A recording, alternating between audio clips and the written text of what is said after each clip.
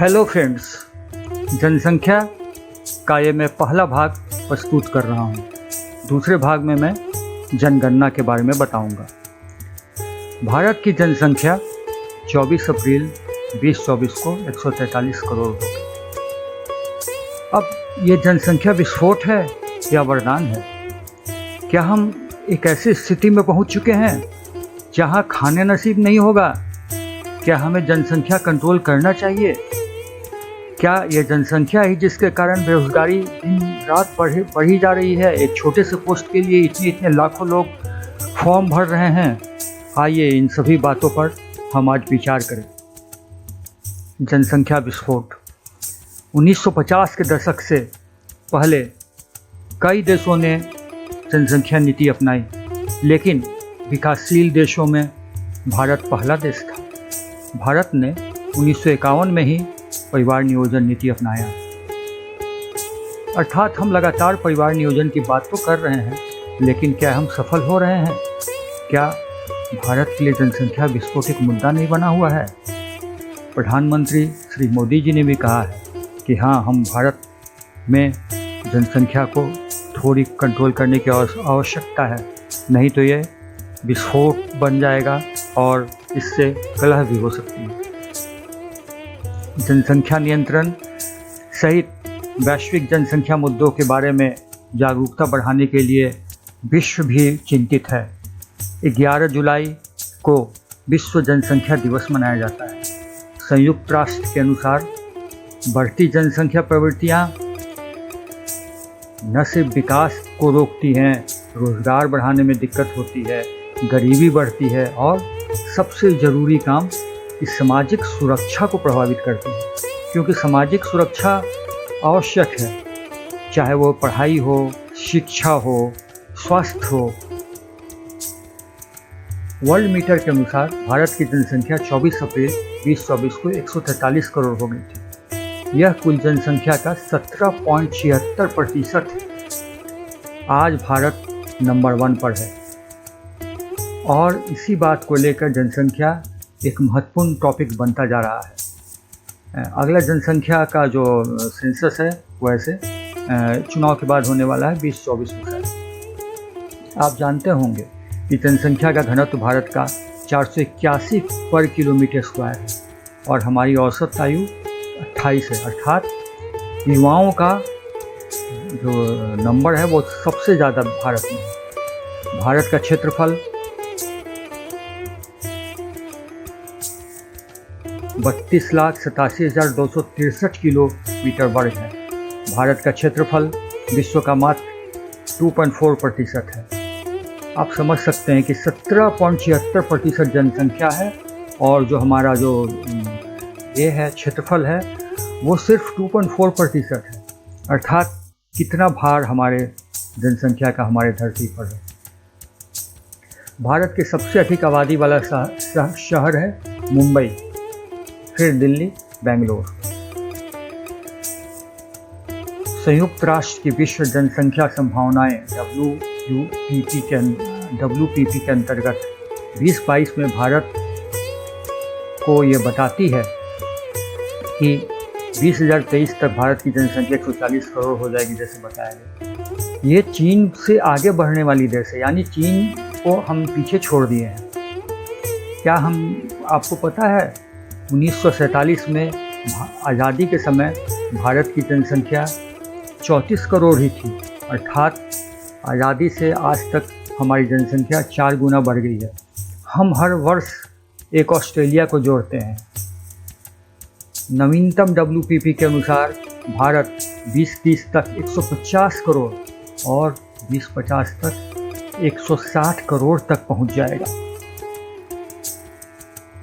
पिछले 7 दशकों में कामकाजी उम्र की आबादी का हिस्सा 50% से बढ़कर 65% हो गया।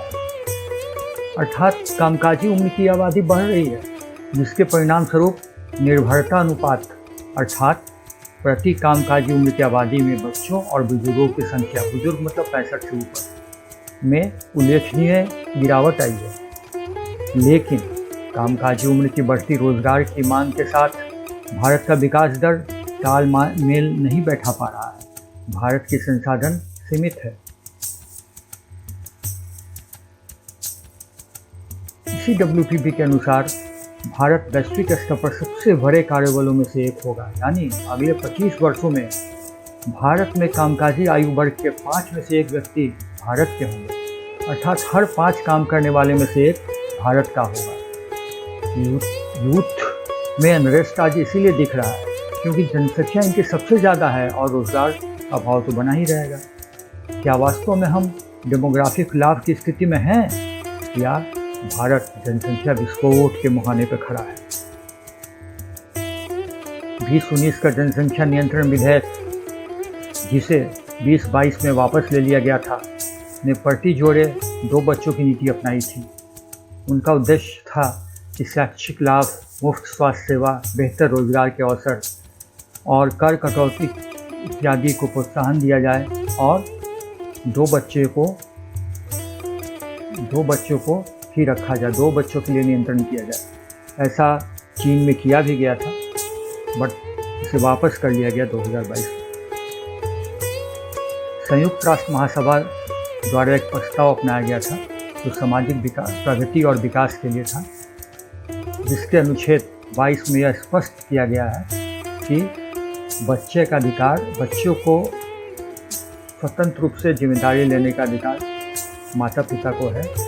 वो नियंत्रण और नियमित कर सकते हैं। अनुच्छेद 16 और अनुच्छेद 21 के संवैधानिक अधिकार का उल्लंघन करती है अगर हम उन पर रोक लगाएं, अर्थात हम जबरदस्ती रोक नहीं लगा सकते हैं बच्चों के लिए। और यही कारण है क्योंकि हमें अनुच्छेद 16 और अनुच्छेद 21 में जीवन और स्वतंत्रता का सुरक्षा मिला हुआ है। आज़ादी के बाद से 2 बच्चों की नीति संसद में 35 बार पेश हो चुकी है, लेकिन इन्हीं कारणों से इसे पास नहीं किया गया है। 2000 राज्यों की रणनीति, राज्य ने अलग अलग रणनीति अपनाई है। सबसे पहले आपको पता होना चाहिए कि सबसे पहले रणनीति अपनाने वाली जो राज्य है वो केरल है। केरल ने काफ़ी पहले से ही ये 2 बच्चों वाली कुछ नीति अपनाई है, जिनके कारण उनका और एजुकेशन दोनों के कारण आज उनकी जो जनसंख्या की जो दर है वो कम है।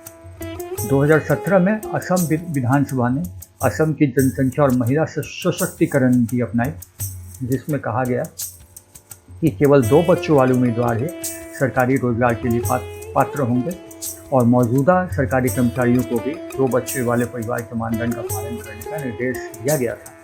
लेकिन काफ़ी दबाव पड़ने के कारण 2021 में 2 से अधिक बच्चों वाले लोगों के लिए भी सरकारी नौकरियां बहाल कर दी गई और एक संशोधन कर दिया गया। इसी तरह 2021 में उत्तर प्रदेश का विधि आयोग एक प्रस्ताव लेकर आया, जिसमें 2 से अधिक बच्चे रखने वाले किसी भी व्यक्ति को सरकारी सब्सिडी प्राप्त करने से रोक दिया गया। विधेयक का मसौदा विचाराधीन है। केरल दक्षिण राज्य का एक राज्य है, हम जानते हैं। भारत ने इस केरल राज्य ने 1952 में अपना परिवार नियोजन कार्यक्रम शुरू किया।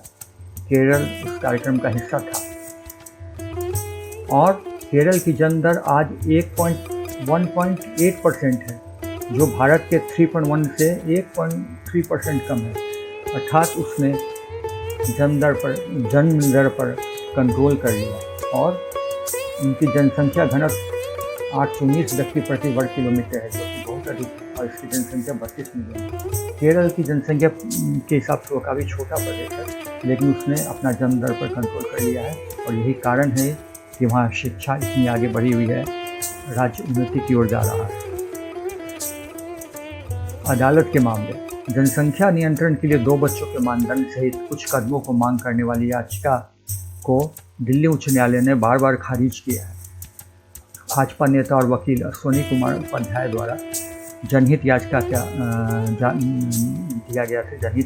गया था कि ये सुप्रीम कोर्ट को में कि 2 बच्चों का मानदंड स्थापित किया जाए, लेकिन सुप्रीम कोर्ट ने भारत में बताया कि परिवार नियोजन हमें नहीं थोपना है और एक निश्चित संख्या से बच्चे पैदा करने की कोई भी दबाव अनुत्पादक होगा और जनसांख्यिकीय विकृतियों को जन्म देगा, इसलिए इसको कानून के द्वारा लागू नहीं किया जाएगा। अन्य देशों के जनसंख्या नियंत्रण कानून, चीन दुनिया की सबसे अधिक आबादी वाली देश है, लेकिन चीन ने परिवारों के लिए सख्त एक बाल नीति बनाने का बीड़ा उठाया। केन्या ने जनसंख्या के आकार को उपलब्ध संसाधनों से मिलाने के लक्ष्य के साथ परिवार नियोजन अभियान शुरू किया। रूस उच्च मृत्यु दर के कारण जनसंख्या में गिरावट का अनुभव कर रहा है और संभवतः दवाओं और शराब जैसे कारकों के कारण रूस की मृत्यु दर इतनी ज़्यादा है, और अभी रूस और यूक्रेन के युद्ध के कारण भी वहाँ जनसंख्या इतनी ऋणात्मक चली जा रही है कि रूस कोशिश कर रहा है कि जनसंख्या को बढ़ाया जाए। यह है द्वारिका स्टेशन, जो बता रहा है कि भारत की जनसंख्या किस स्तर पर बढ़ी हुई है। अब ये एक प्रश्न देखते हैं जो यूपीपीएससी में आया था। उसने पूछा गया था कि राष्ट्रीय जनसंख्या नीति 2000 जो नई अभी जो लागू हुई है, उसमें जनसंख्या स्थिरता कब तक प्राप्त की जाएगी, इसके लिए क्या टारगेट रखा गया है। वास्तव में यह टारगेट पहले 2045 रखा गया था, लेकिन अब 2045 में बढ़ाना संभव नहीं है, तो केंद्र सरकार ने नया निर्णय लिया है कि 2070 तक हम जनसंख्या में स्थिरता प्राप्त कर लेंगे, यानी जनसंख्या स्थिर हो जाएगी 2070 तक। जनसंख्या भारत में जो जनसंख्या नीतियाँ बनाई गई, कौन कौन कमेटी बनाई गई, इसके बारे में थोड़ा देखें। राधा कमल मुखर्जी समिति 1940 में बनाई गई थी। समिति ने बताया था कि जागरूकता बढ़ाकर आत्मनियंत्रण के आधार पर ही परिवार को कंट्रोल किया जा सकता है, नियंत्रण किया जा सकता है। इसके बाद भोरे समिति आई। इस समिति की स्थापना 1943 में हुई थी, जिसकी रिपोर्ट 1946 में आई। उसी आधार पर 1950 में पहली बार राज्य प्रायोजित परिवार नियोजन कार्यक्रम प्रारंभ हुए। 1956 में एक केंद्रीय परिवार नियोजन बोर्ड बना। काफ़ी दिन तक ये चलते रहा। 1976 में भारत सरकार ने पहली राष्ट्रीय जनसंख्या नीति की घोषणा की, लेकिन 1976 में ही आपातकाल की घोषणा हुई। 1975 से 77 की बंद, और जनसंख्या वृद्धि को कम करने के लिए ज़बरदस्ती उपायों का इस्तेमाल किया गया, जिसका काफ़ी विरोध हुआ। 1977 में ही आपातकाल समाप्त होने के बाद नई सरकार ने परिवार नियोजन में बल के प्रयोग को बंद कर दिया और परिवार नियोजन कार्यक्रम का नाम बदलकर परिवार कल्याण कार्यक्रम कर दिया गया। राष्ट्रीय स्वास्थ्य नीति 1983 में अपनाई गई थी। 1983 में एक राष्ट्रीय स्वास्थ्य नीति अपनाई गई, जिसमें स्वैच्छिक प्रयासों के माध्यम से छोटे परिवार के मानदंड को सुरक्षित करने की बात कही गई, और उस आधार पर जनसंख्या स्थिरीकरण के लक्ष्य को बढ़ाने पर जोर दिया गया। राष्ट्रीय जनसंख्या नीति का मसौदा, जो राष्ट्रीय जनसंख्या नीति 2000 में लागू हुई है, उसका मसौदा श्री स्वामीनाथन की अध्यक्षता में एक बोर्ड के द्वारा किया गया। अर्थात जनसंख्या नीति का जो समिति है उसका नाम क्या हुआ? Doctor MS Swaminathan. राष्ट्रीय जनसंख्या नीति NPP 2000 केंद्र सरकार की दूसरी जनसंख्या नीति है। ये कितनी है? दूसरी जनसंख्या नीति है। NPP अपने तत्कालिक उद्देश्यों के साथ साथ दीर्घकालिक उद्देश्यों को भी वर्णन करती है, जिसके अनुसार हमें 2045 तक स्थिर आर्थिक विकास के साथ स्थिर जनसंख्या प्राप्त करना था। जैसा कि मैंने अभी आपको बताया, ये जो निर्धारित वर्ष था 2045, उसे अब बढ़ाकर 2070 कर दिया गया है। तो यहाँ पे एक माल्थुसियन सिद्धांत की बात करना जरूरी है, उनका चर्चा भी जरूरी है। माल्थस थे, उनका ये कहना था कि जनसंख्या का जो ग्रोथ है वो काफ़ी तेज़ी से बढ़ता है। जनसंख्या ज्यामितिक तरीके से बढ़ती है, यानी ये 25 साल में दुगनी हो जाती है, जो स्थिति डेवलपिंग कंट्री की है, भारत की भी है। जबकि खाद्य आपूर्ति अंकगणितीय प्रगति से बढ़ती है, यानी खाद्य आपूर्ति उस तेज़ी से नहीं बढ़ाई जा सकती जिस तेज़ी से जनसंख्या बढ़ जाती है, क्योंकि खाद्य जो है, आपका जो ज़मीन है वो स्थिर है, वो तो बढ़ नहीं सकता है। तो खेती की उपलब्ध ज़मीन बढ़ने के बजाय घटती ही जाएगी, दूसरी तरफ जनसंख्या बढ़ती जाएगी। जनसांख्यिकी लाभांश। कई आदमी मानते हैं कि जनसंख्या जो बढ़ रही है जिसके कारण जनसांख्यिकी लाभांश की स्थिति में भारत है। भारत एक ऐसी लाभ की स्थिति में है जब कामकाजी उम्र की आबादी यानी 15 वर्ष से लेकर 64 वर्ष का हिस्सा गैर कामकाजी आयु वर्ग की तुलना में अधिक है। ये जनसंख्या मानदंड भारत में जनसांख्यिकी लाभांश की उपलब्धता का संकेत देते हैं, जो 2005-2006 में शुरू हुई थी और 2055-56 तक चलेगी। बढ़ती दुनिया में भारत सबसे युवा आबादी में से 2020 तक भारत में औसत आयु केवल 28 वर्ष होगी, जबकि चीन और अमेरिका में 37 वर्ष, पश्चिमी यूरोप में 45 वर्ष और जापान में तो 49 वर्ष होगी।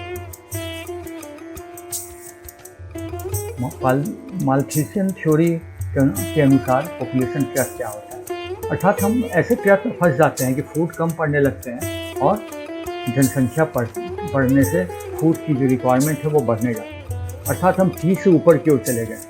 इस फिगर में आप देख सकते हैं कि हम 30 से ऊपर की ओर है, अर्थात हमारा फूड रिक्वायरमेंट है वो ज़्यादा है और हमें जो फूड मिल रहा है, जो पीला रंग से दिखाया गया है, जो हमें खाना जो उत्पादन हो रहा है वो कम है और जो फूड रिक्वायरमेंट है ज़्यादा जनसंख्या होने के कारण ज़्यादा हो गया है। तो ऐसी स्थिति में फूड कम और खाने वाले ज़्यादा होंगे तो भूखमरी की स्थिति पैदा हो रही है। निष्कर्ष, जनसंख्या का सबसे विकट स्वरूप बेरोजगारी के तौर पर देखी जा सकती है। जनसंख्या के सबसे विकराल स्वरूप बेरोजगारी के तौर पर देखी जा सकती है। साथ ही जनसंख्या में एक गुणात्मक परिवर्तन देखी जा रही है। पढ़ा लिखा वर्ग जहाँ परिवार को छोटा रख रहा है, वहीं गरीब वर्ग शिक्षा की कमी के अभाव में जनसंख्या नियंत्रण पर ध्यान नहीं दे रहा है। अगर कौशल की विकास नहीं हो पाएगी तो हम जनसंख्या लाभांश का फायदा नहीं उठा पाएंगे और जनसंख्या ट्रैप में फंस जाएंगे। मित्रों, मैं दूसरे भाग में सेंसस के बारे में आपको बताऊंगा।